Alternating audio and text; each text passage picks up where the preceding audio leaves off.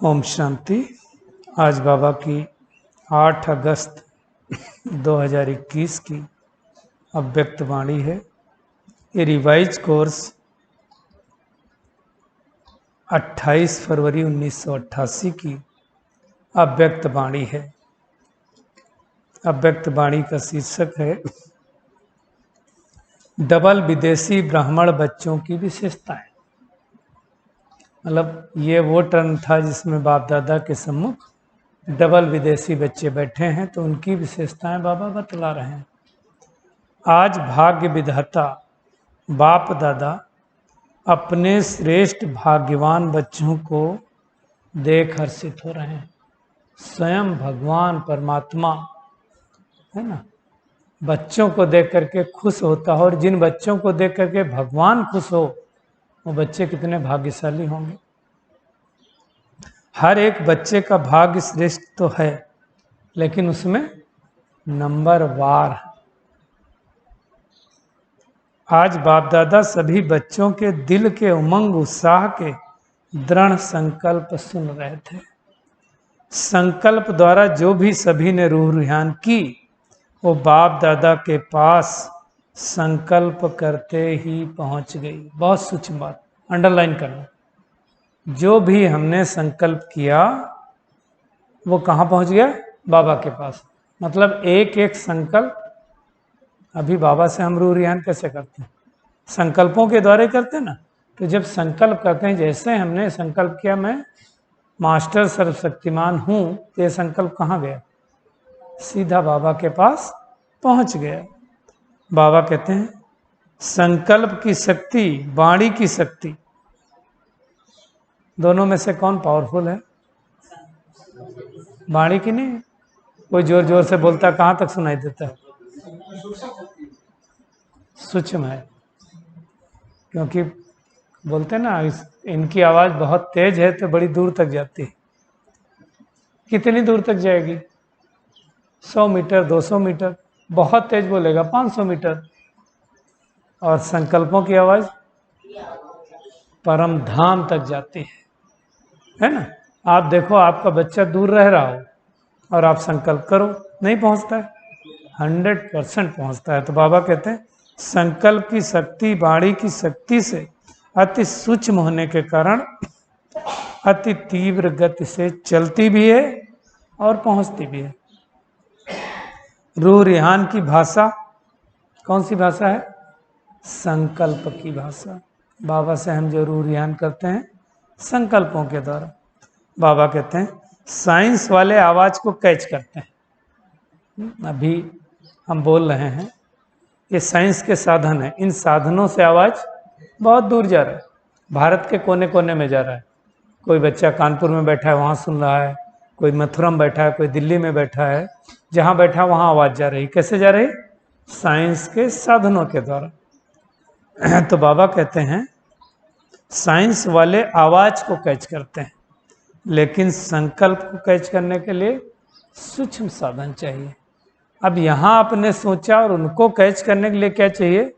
जिस आत्मा ने संकल्प किया और जिस आत्मा ने कैच किया, दोनों की फ्रीक्वेंसी मैच होनी चाहिए, तब कैच कर सकते हैं, नहीं तो नहीं कैच कर सकते। बाप दादा हर एक बच्चे के संकल्प की भाषा सदा ही सुनते हैं। अंडरलाइन। बाप दादा क्या करता है? हर एक बच्चे के संकल्प की भाषा सदा ही सुनते हैं, अर्थात संकल्प कैच करते हैं। इसका मतलब हम कोई भी संकल्प,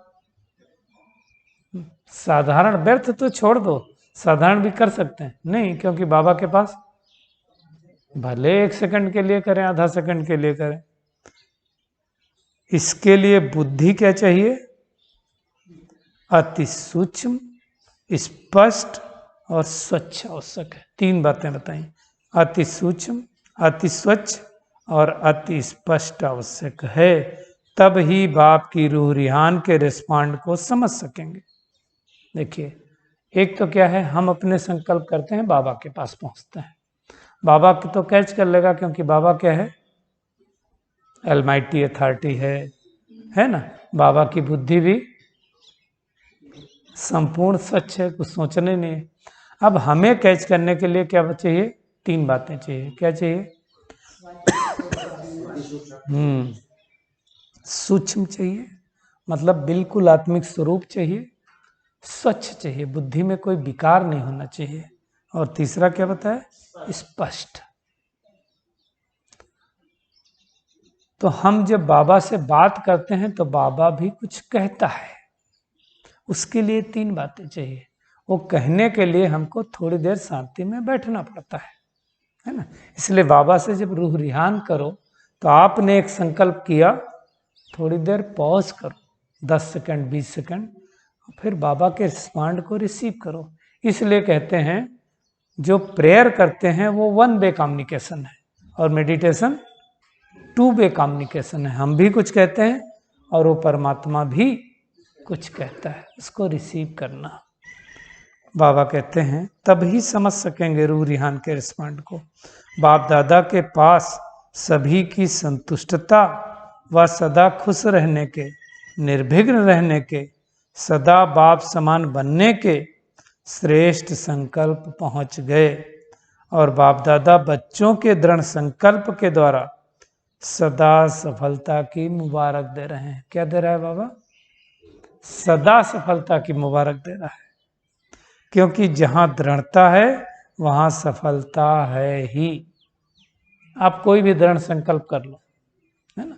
संसार में भी कोई अपनी किसी विशेष बुराई को त्याग करना चाहता है, दृढ़ संकल्प कर लेता है तो वो कर पाता है ना। ये है श्रेष्ठ भाग्यवान बनने की निशानी। सदा दृढ़ता, श्रेष्ठता हो, संकल्प में भी कमजोरी न हो, इसको कहते हैं श्रेष्ठता। संकल्प मात्र ना है कि हम नहीं कर सकते। देखिए हमारा मन जो परसीव करता है ना, जो दृढ़ संकल्प कर लेता है वो हम कर पाते हैं।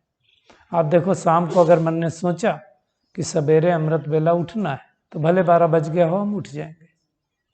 और अगर संकल्प किया 12 बज गए, लिखा हुआ है आज 6 घंटे तो सोना चाहिए, 4 बजे कैसे उठ सकते हैं? संभव ही नहीं। तो मन क्या बोलेगा? हाँ नहीं उठ सकते हो, सवाल ही नहीं है। तो फिर क्या होगा? हम नहीं उठ पाएंगे। और अगर मन ने संकल्प किया, कौन सी खास बात है, हम गहरी नींद सोएंगे, भगवान के साथ रूह रिहान है, हम नहीं उठेंगे तो कौन उठेगा?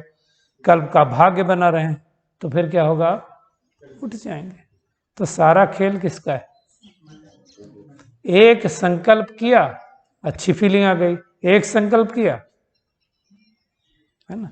आप बहुत अच्छे से घर में रह बैठे थे, खुशी खुशी खाना खा भोजन करने जा रहे थे, एक फोन आया और एक संकल्प अपने क्रिएट किया, आपकी खुशी।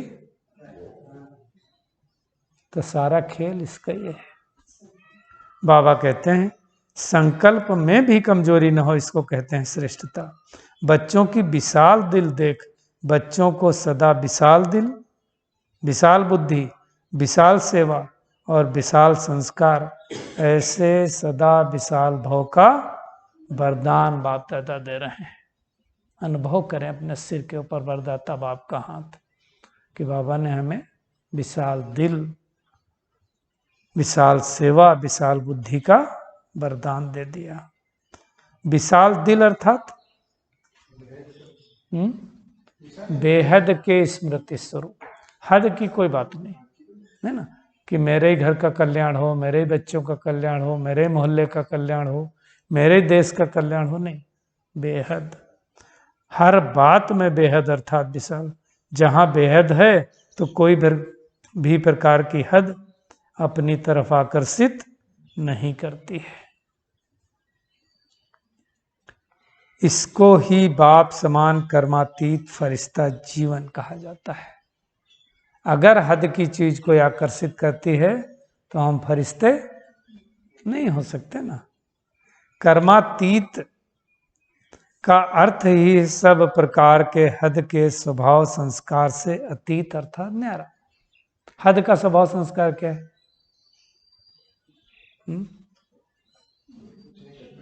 मेरा मन, मेरा तन, मेरा कर्म, मुझे सब कुछ अच्छा लगता है, लेकिन कोई झूठ बोलता है ना तो मुझे बर्दाश्त नहीं होता, फिर गुस्सा आ जाती है।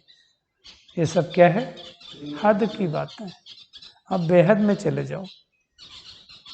हद है बंधन और बेहद है निर्बंधन।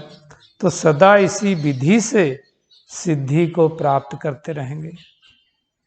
सभी ने स्वयं से जो संकल्प किया वो सदा अमर है, अटल है, अखंड है। अखंड का मतलब अर्थात खंडित होने वाला नहीं है। इसलिए दुनिया में भी अखंड भागवत करते हैं, है ना। अखंड रामायण का पाठ 24 घंटे चलती है रामायण में, तो कोई ना कोई 24 घंटे पढ़ता है ना। मतलब कभी खंडित नहीं होना। तो ऐसे बाबा क्या कहता है, अखंड संकल्प, खंडित न हो। फिर पूछते हैं बाबा, ऐसा संकल्प किया है ना, जो भी संकल्प किया बाबा कहते हैं अखंड किया है ना, या मधुबन की लकीर तक तो संकल्प नहीं है। मधुबन की लकीर का संकल्प क्या हुआ? मधुबन में बाबा के सामने बैठे संकल्प किया, बाबा इस बार संपूर्ण 16 कला संपूर्ण सर्वगुण संपन्न बन के आएंगे, 3600 गुण मेरे। और मधुबन के बाहर निकले, ट्रेन में हम गए, देखा हमारी सीट पे दूसरा बैठा है। उठो, वो बोला तो बोला, ये 4 बातें और सुनाई, तो संकल्प क्या चला गया? मधुबन की लकीर तक ही रहा। बाबा कहते हैं मधुबन की लकीर तक संकल्प तो नहीं है, सदा साथ रहेगा ना। फिर बाबा कहते हैं मुरलियां तो बहुत सुनी, हर रोज एक मुरली सुनते हैं, कितनी सुन लिया। अभी जो सुना है वो करना है, क्योंकि साकार सृष्टि में संकल्प, बोल और कर्म तीनों का महत्व है। यही 3 चीजें चलती हैं, संकल्प, बोल और कर्म। इससे पूरी सृष्टि चल रही है।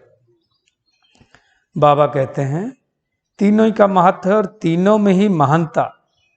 अब ये इंपॉर्टेंट बात है, 3 का तो महत्व है, परंतु संकल्प ऊंचे नीचे हो सकते हैं, बोल अच्छे भी हो सकते हैं और अपोजिट भी हो सकते हैं, कर्म भी ऐसे हो सकते हैं।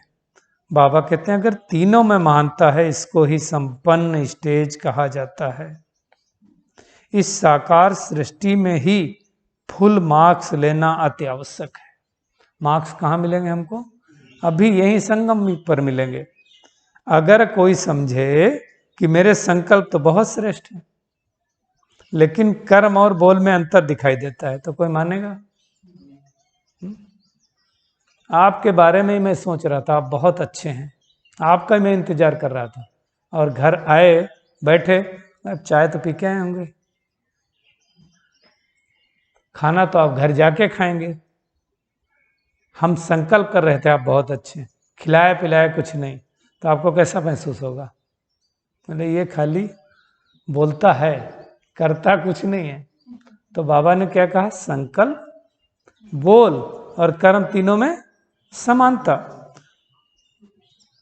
अगर अंतर दिखाई देता है तो कोई मानेगा, क्योंकि संकल्प का स्थूल दर्पण क्या है? बोल और कर्म। इसलिए जब कोई कहता है ना कि मेरा भाव नहीं था, मेरा स्वभाव भी नहीं था, ऐसा कहने का निकल गया, ये गलत है, हो नहीं सकता है। आपके संकल्प में नहीं होगा तो निकलेगा नहीं।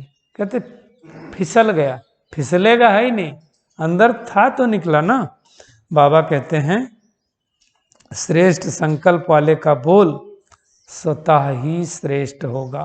इसलिए तीनों की विशेषता ही नंबर 1 बनना है। कौन सी 3 बातें? संकल्प, बोल और कर्म। इसलिए बोलने से पहले संकल्पों को चेक करना है। बाबा कहते तीनों में नंबर 1।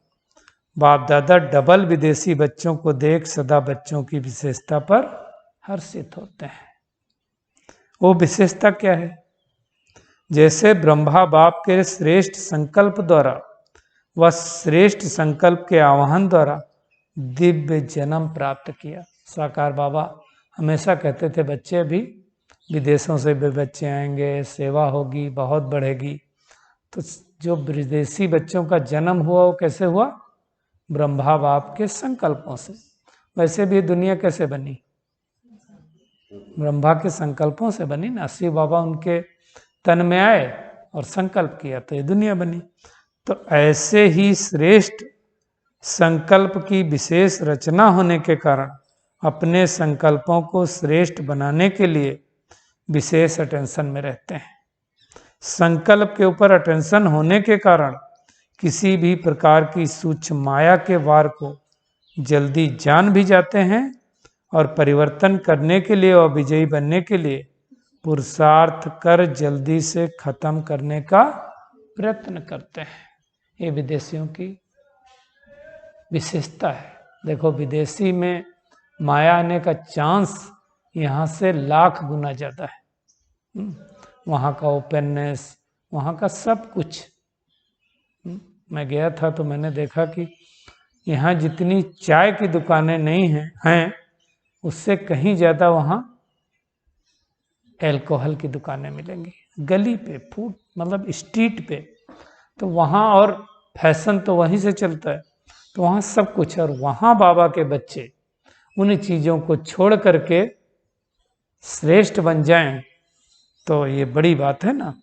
तो बाबा कहते हैं संकल्प शक्ति को सदा शुद्ध बनाने का टेंशन रखा, अच्छा रखा।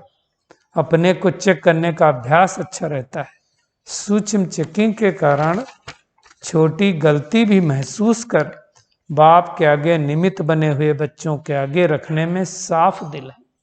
सच्ची सच्ची बाबा से बता देते हैं, है ना। जैसे एक बहन ने दादी से बोला कि मैं तो सिगरेट पीती हूँ, दादी आप मुझे ज्ञान सुनाएंगी? लेकिन नहीं, तुमको नहीं सुनाएंगे, बहुत बात आती तुम्हारे मुख से।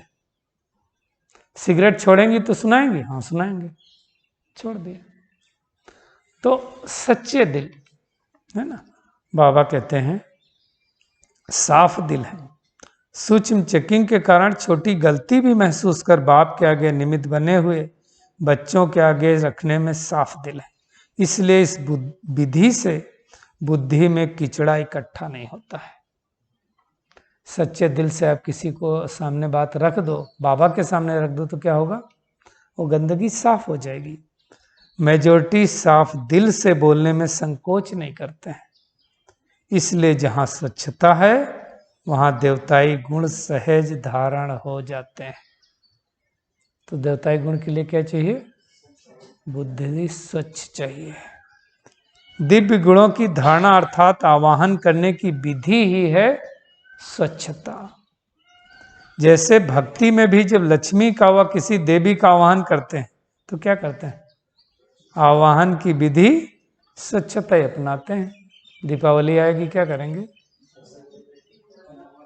लक्ष्मी जी आएंगी, आ जाएंगी,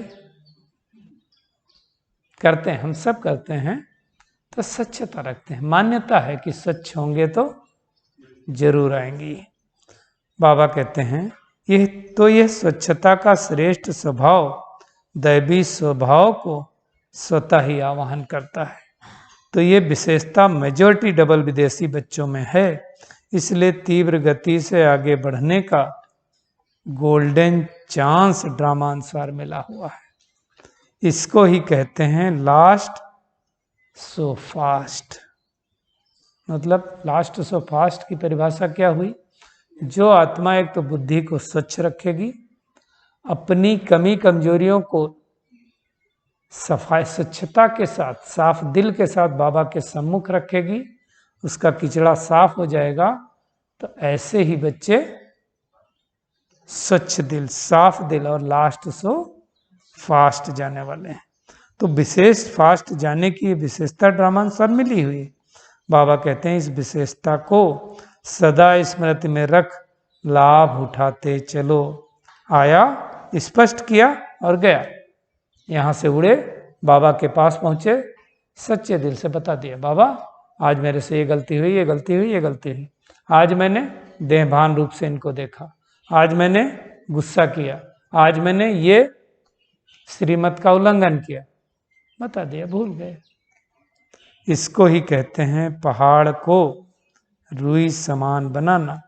रुई सेकंड में उड़ती है ना, और पहाड़ को कितना समय लगता है उड़ने में, है ना। इसलिए ये गुण सीखना हो ना तो बच्चे से सीखो।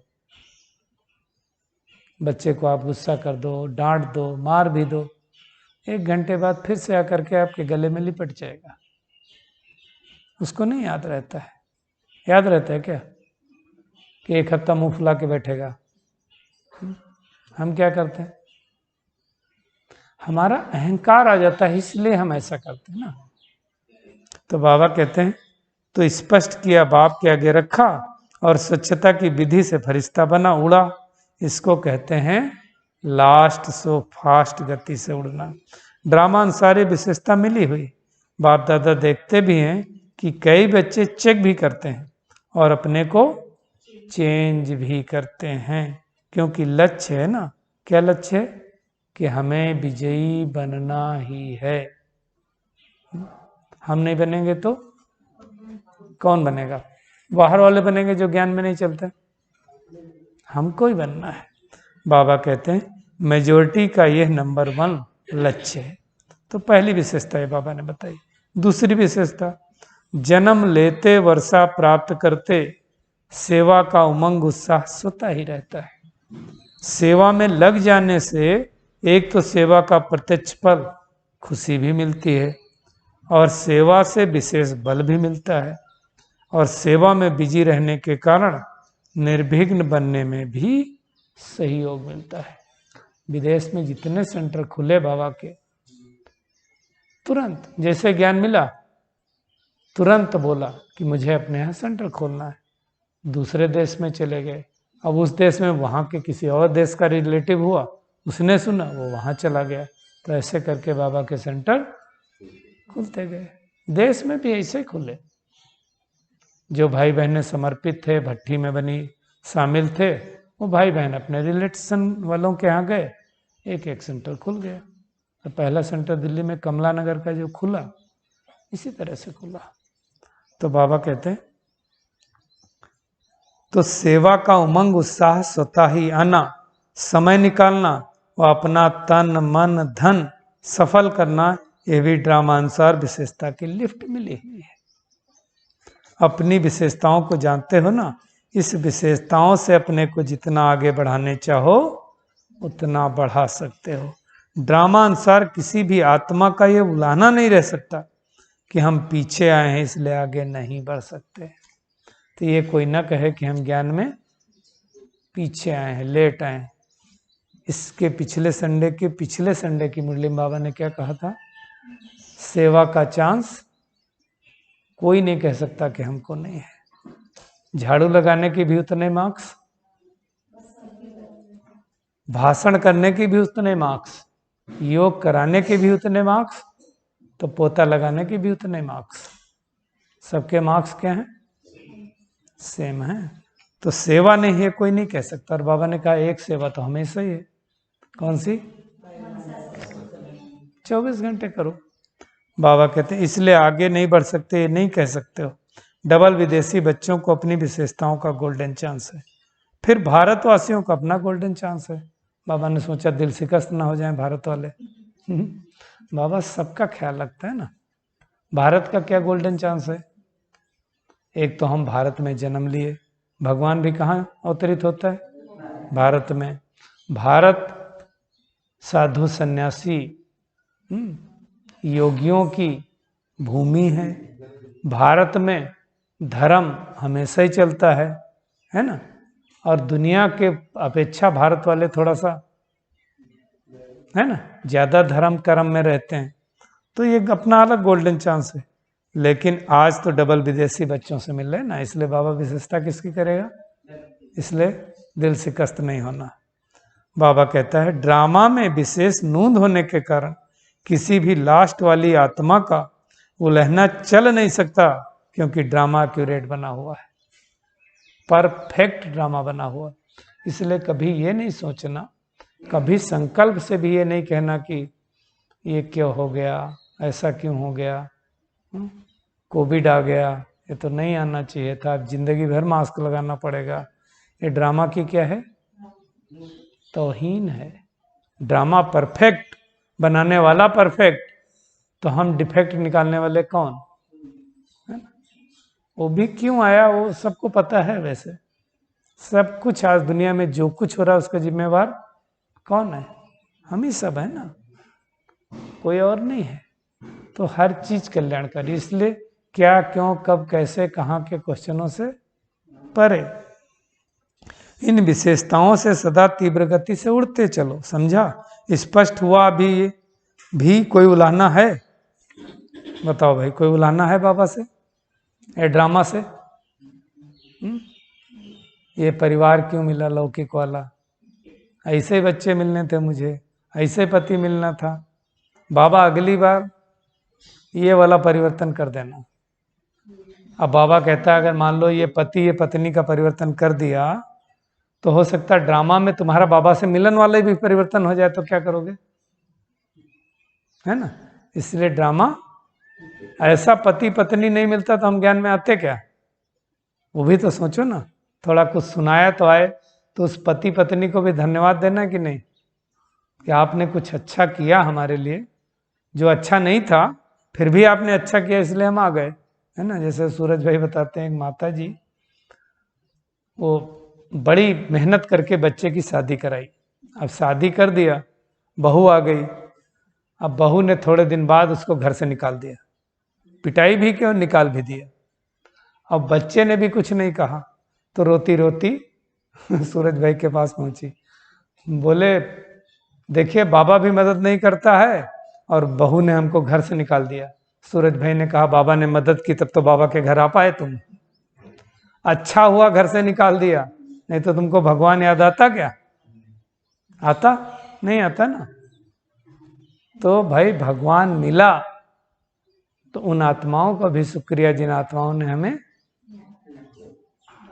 ड्रामानुसार थोड़ा कष्ट दिया। कष्ट नहीं देते तो हमें भगवान की याद आती। वैसे भगवान की याद कब आती है? सतयुग त्रेता तो हम याद करते ही नहीं। कब करते हैं? इसी समय याद करते हैं बाबा को, है ना? तो बाबा कहते हैं दिल खुश मिठाई तो सब बाप को खिला दी, दृढ़ संकल्प किया अर्थात दिल खुश मिठाई को खिलाई। यह विनाशी मिठाई है, सदा ही बच्चों का भी मुख मीठा और बाप का तो मुख मीठा है ही। बाबा का मुख क्या होता है? हमेशा मीठा रहता है, कभी बाबा कहते हैं लेकिन फिर और भोग नहीं लगाना, दिल खुश मिठाई का ही भोग लगाना। बाबा कहते हैं फिर बाबा ने कहा स्थूल भोग तो जो चाहे लगाना बाबा ने कहा बच्चों को भी खुद तो चाहिए होता है ना, इसलिए बच्चे लगा लेते हैं, लेकिन मन के संकल्प का भोग सदा दिल खुश मिठाई का ही लगाते रहना।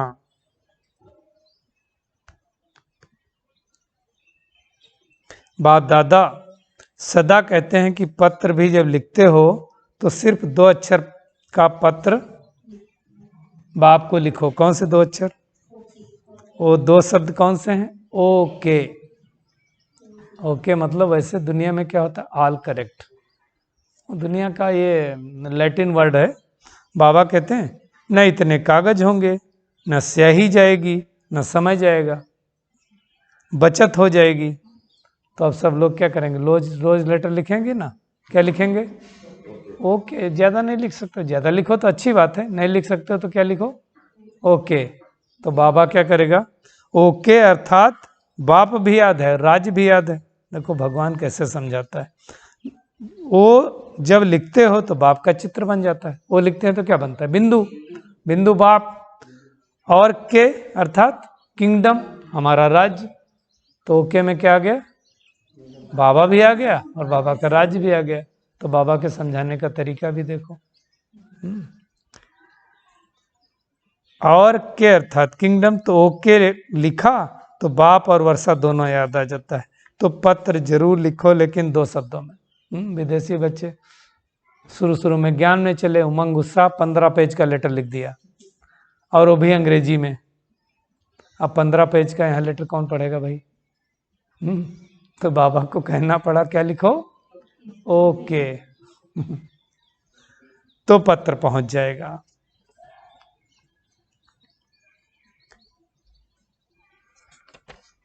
बाकी दिल की उमंगों को तो बाप दादा जानते हैं, प्यार के दिल की बातें तो दिलाराम के पास पहुंच ही जाती हैं। यह पत्र लिखना तो सभी को आता है ना, भाषा ना जानने वाला भी लिख सकता है। चलो आज माताओं की शिकायत दूर की बाबा ने। कैसे लिखेंगे जो पढ़ी लिखी नहीं है? बाबा तो पढ़े लिखे की बात नहीं करता, बोलता भाषा नहीं जानते हैं वो भी लिख सकते हैं। कैसे लिख सकते हैं?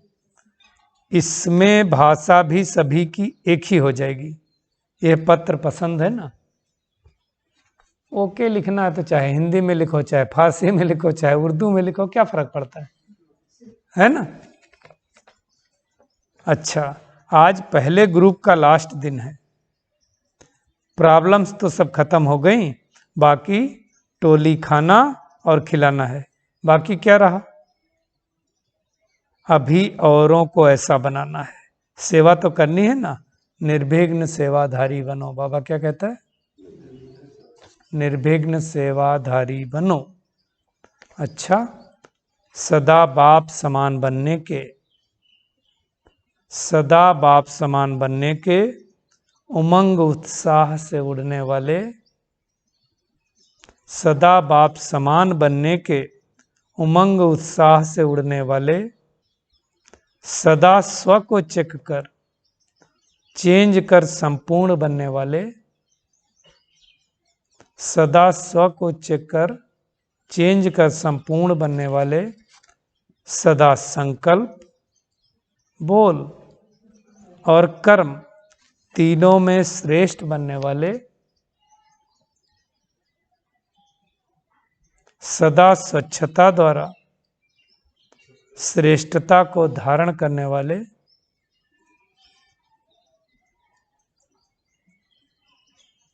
ऐसे तीव्र गति से उड़ने वाली, ऐसे तीव्र गति से उड़ने वाली विशेष आत्माओं को बाप दादा का याद प्यार और नमस्ते। हम रूहानी बच्चों की रूहानी बाप दादा को याद प्यार और नमस्ते नमस्ते नमस्ते। सदा रहो हंसते, बनो फरिश्ते, चलो परम धाम के रास्ते। तो ये मुख्य मुरली बाबा ने चलाई, जिसमें कौन कौन सी बातों का विशेष बाबा ने याद दिलाया। एक तो हमारी भाषा कौन सी है?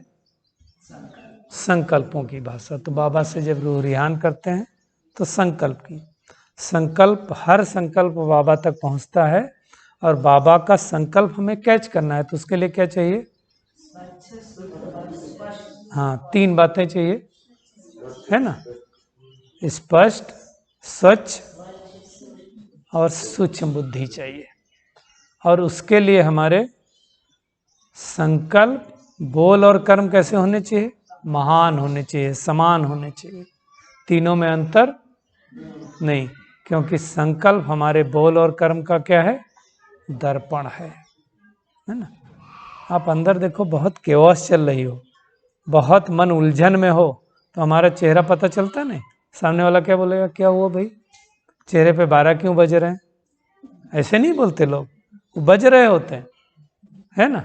तो वो तभी बजते हैं जब अंदर कुछ गड़बड़ गड़बड़ चलता हो, और अंदर अच्छा चलता हो तो बाहर अच्छा दिखाई देगा। फिर बाबा ने ऑस्ट्रेलिया ग्रुप के छोटे बच्चों से बाप दादा की मुलाकात, छोटे बच्चे बैठे होंगे।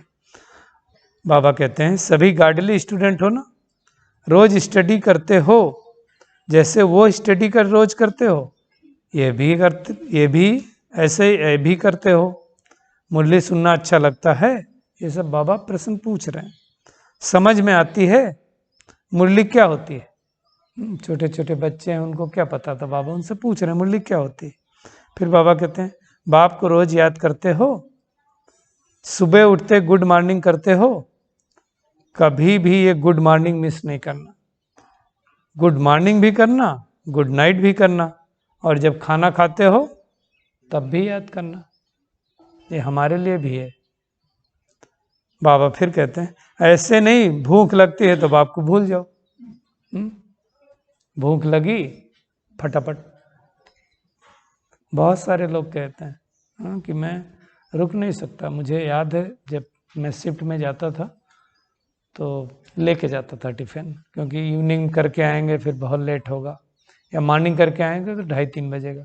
तो जब भोजन करते थे, ज्ञान में चलने लगे, तो थोड़ी देर बाबा को याद करते थे। तो जो भी भाई होता था वो कहता था, भाई अब हम 10 सेकंड भी नहीं रुक सकते। कैसे रुकेंगे? भोजन सामने रखा, फिर तो कई लोग नहीं रुक पाते, अपने को रोक नहीं पाते हैं।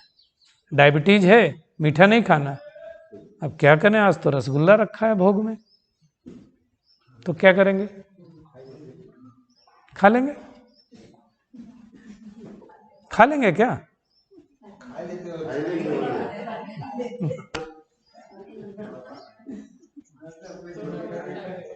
तो फिर कंट्रोलिंग पावर कहाँ गई? तो बाबा कहते हैं ऐसे नहीं, भूख लगती है तो बाप को भूल जाओ, खाने के पहले क्या करो, जरूर याद करना, बाबा से पूछो, बाबा देखो मुझे डायबिटीज है, ये रसगुल्ला खाऊं नहीं खाऊं? तो बाबा बताएगा, बाबा क्या बोलेगा? तो रसगुल्ला नहीं दिखाई देगा, डायबिटीज की गोली दिखाई देगी वो नहीं खाने का, इतना कंट्रोल। तो बाबा कहते हैं याद करेंगे तो पढ़ाई में बहुत अच्छे नंबर ले लेंगे, क्योंकि जो बाप को याद करते हैं वो सदा पास होंगे, कभी फेल नहीं हो सकते, है ना? तो सदैव पास होते हो, अगर पास ना हुए तो सब कहेंगे ये शिव बाप के बच्चे भी फेल होते हैं। ज्ञान में चलने वाले माँ बाप के बच्चे फेल होते हैं तो दुनिया क्या बोलती, यही बोलेगी ना। रोज मुरली की एक पॉइंट अपनी माँ से जरूर सुनो। तो सभी माताओं की आज ड्यूटी आज से क्या हो गई, बच्चे को मुरली की एक पॉइंट सुनानी है जरूर, आज से दृढ़ संकल्प करो। और बाबा ने ऊपर मुरली में क्या कहा, जो संकल्प दृढ़ करते हो पूरा, तो अभी बैठ जाने का। ये पहले करते थे जब ज़्यादा छोटे थे ना बच्चे, बैठो बैठो मुरली का वरदान सुन के जाओ, स्लोगन सुन के जाओ, और फिर उसको दिन भर याद रहता था, शाम को आके बताता था आज बाबा ने क्या वरदान बताया। तो ऐसा करो, है ना, शाम को साथ में बैठ के मेडिटेट करो। अभी हम हर रोज करते हैं मोस्टली, तो वो करने से क्या होगा, उनके अंदर वो संस्कार जागृत होंगे, उनकी प्रैक्टिस पड़ेगी। ये नियम बनाओ, घर के जैसे बाकी नियम है, ये भी एक नियम। तो बाबा कहते हैं रोज मुरली के एक पॉइंट अपनी माँ से जरूर सुनो। अच्छा, बहुत भाग्यवान हो जो भाग्य विधाता की धरनी पर पहुँचे हो, बाप से मिलने का भाग्य मिला। ये कम भाग्य नहीं है कि बचपन में ही भगवान मिल जाए। फिर अव्यक्त बाप दादा से पर्सनल मुलाकात। अब कुछ पार्टियों से बाबा मिल रहे हैं। पहली पार्टी, बाप द्वारा मिले हुए सर्व खजानों को सर्व आत्माओं प्रति लगाने वाली भरपूर बन औरों को भरपूर बनाने वाली आत्मा हो। कितने खजाने भरपूर हैं, कितने भरपूर हैं भाई, सब। अब बाबा आगे क्या कहता है सुनो, जो भरपूर होता है वो सदा बांटता है। तो हम क्या करेंगे अगर भरपूर हैं तो, ज्यादा लड्डू बना लिए अपने भोग में और बच रहे हैं और पता है तो खराब बिगड़ने ही वाले हैं, तो क्या करेंगे, सारे मोहल्ले में बांट देंगे, अगले दिन भी बांटेंगे। तो खजाने से अगर हम भरपूर हैं तो क्या करेंगे, रख नहीं सकते अपने पास। बाबा कहते हैं जो भरपूर होता है वो सदा बांटता है। अविनाशी भंडारा लगा हुआ है, जो आए भरपूर होकर जाए, कोई खाली जा नहीं सकता है। इसको कहते हैं अखंड भंडारा। कभी महादानी बन दान करते, कभी ज्ञानी बन ज्ञान अमृत पिलाते, कभी दाता बन धन देवी बन धन देते। ऐसे सर्व की सुभाषाएं बाप द्वारा पूर्ण करने वाले, कराने वाले हो ना। हर आत्मा की मनोकामना पूर्ण कराने वाले हम कौन हैं, मम्मा की मुरली, हम कौन हैं, काम धेनु हैं। जितना खजाने बांटते उतना और बढ़ते जाते। ये ऐसे खजाने हैं कि देने से बढ़ते हैं। इसको कहते हैं सदा माला माल। कोई भी खाली हाथ न जाए, सबके मुख से यही दुआएं निकलें, वाह हमारा भाग्य। ऐसे महादानी वरदानी बन सच्चे सेवाधारी बनो। आपके पास जो आए, आपके पास रुके, 1 घंटा रुके चाहे 2 घंटा रुके, और ये कह करके जाए वाह मेरा श्रेष्ठ भाग्य, इनसे मिलकर मेरा जीवन सफल हो गया। दूसरा पार्टी से बात किया बाबा ने, ड्रामा अनुसार सेवा का वरदान भी सदा आगे बढ़ाता है। बाबा बहुत सूक्ष्म बात बताते हैं। एक होती है योग्यता द्वारा सेवा प्राप्त होना, कि हम योग्य हैं तो बाबा की सेवा का चांस मिला। दूसरा है वरदान द्वारा सेवा प्राप्त होना, और तीसरा है स्नेह से भी सेवा का साधन बनता है। किसी से बहुत प्यार से बात करो तो क्या करेगा, ये बहुत प्यार से बात करते हैं ना, ये जो कहते हैं वो हमें करना चाहिए। भाषा आपकी बहुत अच्छी हो, बोल बहुत अच्छे हों, तो क्या होगा, सेवा होगी। और योग्य बहुत हैं, आप किसी का कोई कर्म बार बार कर देते हो तो उससे भी सेवा होती है। बाबा कहते हैं भाषा भल ना भी जानते हो, लेकिन स्नेह की भाषा सभी भाषाओं से श्रेष्ठ है, उससे भी सेवा होती है। इसलिए स्नेही आत्मा को सदा सफलता मिलती है। जो स्नेह की भाषा जानते हैं वो कहाँ भी सफल हो जाते हैं। विदेश में सेवाएं कैसे हुई, दादी जानकी ने कैसे सेवा की? अंग्रेजी जानती थी क्या? बाद में सीख लिया, अलग बात है, जानती थी कुछ भी नहीं। स्नेह की भाषा, नैनों की भाषा से सेवा की। सेवा सदा निर्विघ्न हो चले, इसको कहते हैं सेवा में सफलता। तो स्नेह की विशेषता से आत्माएं तृप्त हो जाती हैं। स्नेह के भंडारे भरपूर हैं, इसे बांटते चलो। जो बाप से भरा है वो बांटो, रखने के लिए खजाने नहीं कि लाकर में बंद कर दिया बैंक के, उसके लिए नहीं है। बाबा क्या कहता है, यह बाप से लिया हुआ स्नेह ही आगे बढ़ाता रहेगा। तीसरी पार्टी, स्नेह का वरदान भी सेवा के निमित्त बना देता है। बाप से स्नेह है तो औरों को भी बाप के स्नेह ही बनाए समीप ले आते हो। जैसे बाप के स्नेह ने आपको अपना बना लिया तो सब कुछ भूल गए सब कुछ। चेक करना। ऐसे अनुभवी बन औरों को भी अनुभवी बनाते रहो।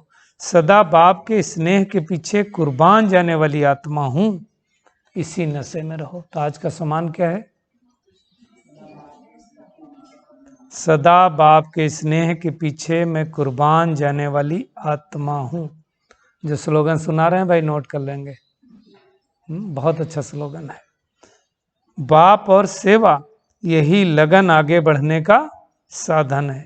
चाहे कितना भी कोई बात आए, लेकिन बाप का स्नेह सहयोग दे आगे बढ़ाता है, क्योंकि स्नेही को स्नेह का रिटर्न पदम गुणा मिलता है।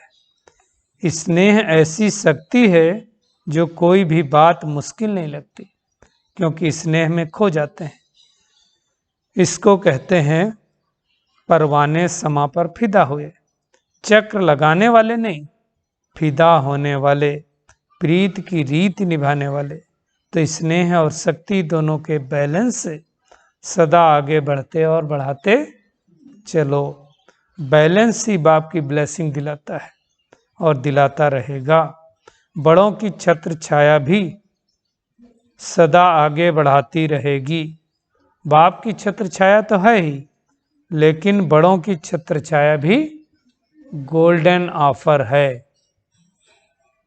तो सदा आफरीन मानते हुए आगे बढ़ते चलो, तो भविष्य स्पष्ट होता जाएगा।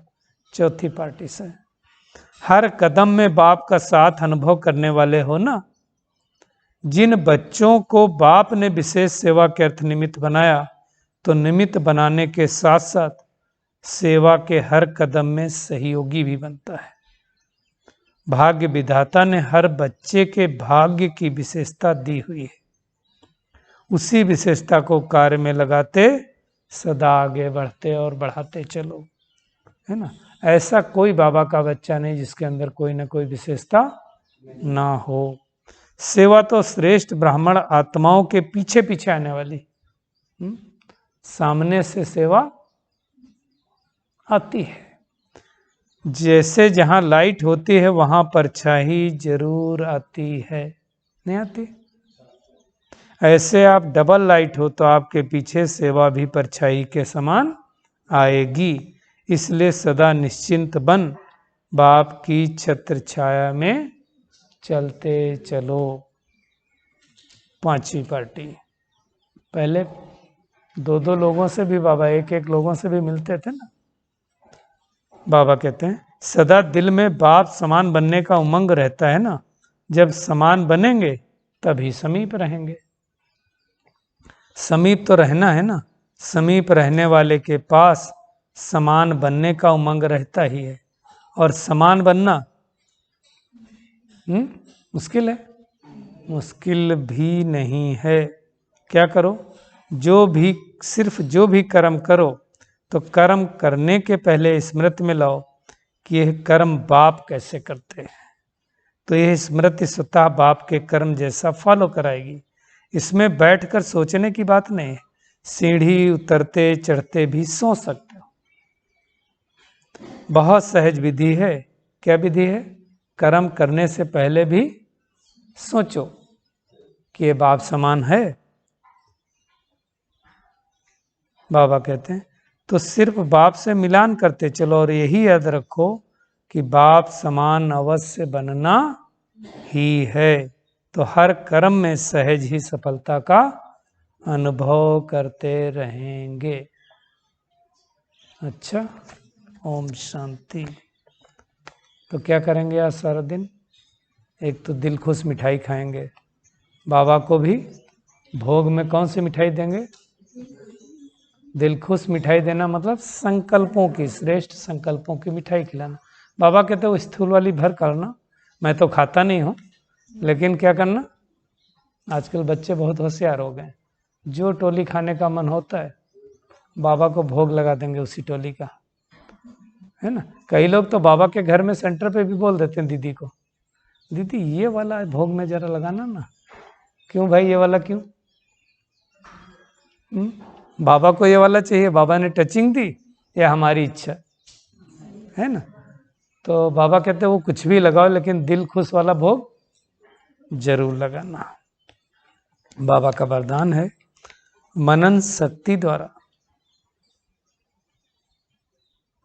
हर पॉइंट के अनुभवी बनने वाले, मनन शक्ति द्वारा हर पॉइंट के अनुभवी बनने वाले, सदा शक्तिशाली, माया प्रूफ, विघ्न प्रूफ भव। मनन शक्ति द्वारा हर पॉइंट के अनुभवी बनने वाले, सदा शक्तिशाली, माया प्रूफ, विघ्न प्रूफ भव। बाबा कहते हैं जैसे शरीर की शक्ति के लिए पाचन शक्ति व हजम करने की शक्ति आवश्यक है, ऐसे आत्मा को शक्तिशाली बनाने के लिए मनन शक्ति चाहिए। मनन शक्ति द्वारा अनुभव स्वरूप हो जाना यही सबसे बड़े से बड़ी शक्ति है। ऐसे अनुभवी कभी धोखा नहीं खा सकते, सुनी सुनाई बातों में विचलित नहीं हो सकते। किसी ने आगे कुछ कह दिया हम विचलित हो जाते हैं, वो नहीं होना है। अनुभवी सदा संपन्न रहते हैं, वो सदा शक्तिशाली, माया प्रूफ, विघ्न प्रूफ बन जाते हैं, है ना। किसी को अनुभव हो गया हो और उसके बाद कोई कहे तो कोई मानेगा? आपको एक पेड़ के आपने एक आम तोड़ के खाया और मीठा था, आपको मीठा लगा, और कोई बोले उस पेड़ के आम कड़वे हैं, आप मानेंगे? नहीं मान सकते, कुछ भी हो जाए। ऐसे ही ये ज्ञान है। तो बाबा कहते हैं उसका मनन करो। मनन करके जब आपको जो शक्ति मिलेगी, अनुभव मिलेगा, उसके बाद बोले ज्ञान में नहीं चलो, आप मानेंगे? दुनिया वाले कुछ भी करें, आप सुनेंगे क्या उनकी बात? नहीं सुन सकते, क्योंकि क्या बन गए आप? अनुभवी मूर्त बन गए। स्लोगन है खुशी का खजाना साथ रहे तो बाकी सब खजाने क्या होंगे? स्वतः आ जाएंगे। और खुशी के लिए आज सारा दिन क्या करना है? कौन सा गुण धारण करना है? मुख कैसा होना चाहिए, है ना। तो जब यहाँ से घर पहुँचे तो सब घर वाले क्या सोचें? एकदम हर्षित मुख। तो अभी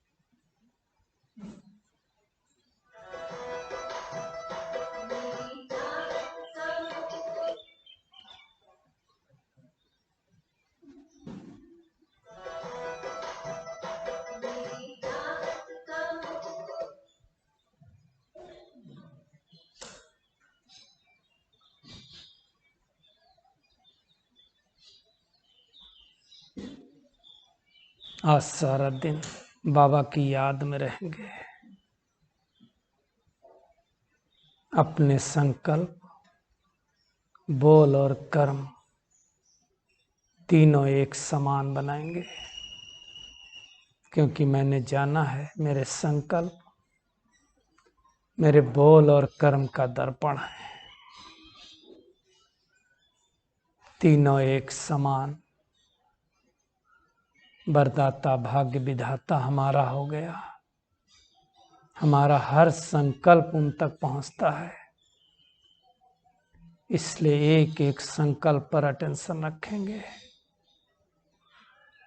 दिल खुश मिठाई खाएंगे और खिलाते रहेंगे। हर आत्मा को